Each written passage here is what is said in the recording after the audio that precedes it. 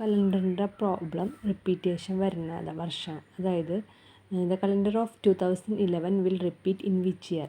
2011 ആ വർഷത്തെ കലണ്ടർ പിന്നെ റിപ്പീറ്റ് ചെയ്ത് വരുന്നത് ഏത് വർഷമാണെന്ന് കണ്ടുപിടിക്കാൻ വേണ്ടി കലണ്ടറിൽ ചെറിയ പ്രോബ്ലം ഉണ്ടാവും. അതപ്പോൾ ചെയ്യേണ്ടതെന്ന് വെച്ച് കഴിഞ്ഞാൽ 2011 നമ്മൾ 4 കൊണ്ട് ഹരിക്കുക. ഹരിച്ച് കഴിയുമ്പോൾ നമുക്ക് ശിഷ്ടം 3 കിട്ടും. ഈ ഏത് ക്വസ്റ്റ്യൻ തന്നാലും 4 കൊണ്ട് തന്നെ ഹരിക്കണം.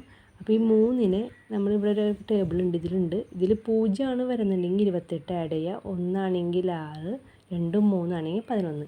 ഇവിടെ നമ്മൾ 2011 ഹരിച്ചപ്പോൾ ശിഷ്ടം കിട്ടിക്കുന്നത് 3. അപ്പോൾ ഈ 3-നെ ഈ ടേബിൾ വെച്ചിട്ട് 11 അപ്പോൾ 2011 ഈ 11 കൂടി കൂട്ടിക്കഴിഞ്ഞാൽ 2022. 2011 കലണ്ടർ റിപ്പീറ്റ് വരുന്നത് 2022 ഈ ടേബിൾ വെച്ചിട്ട് എല്ലാ ക്വസ്റ്റ്യൻ ചെയ്യാൻ പറ്റും. 0 വന്നാൽ ശിഷ്ടം 0 വന്ന് 28, 1 6, 2, 3 ആണെങ്കിൽ 11.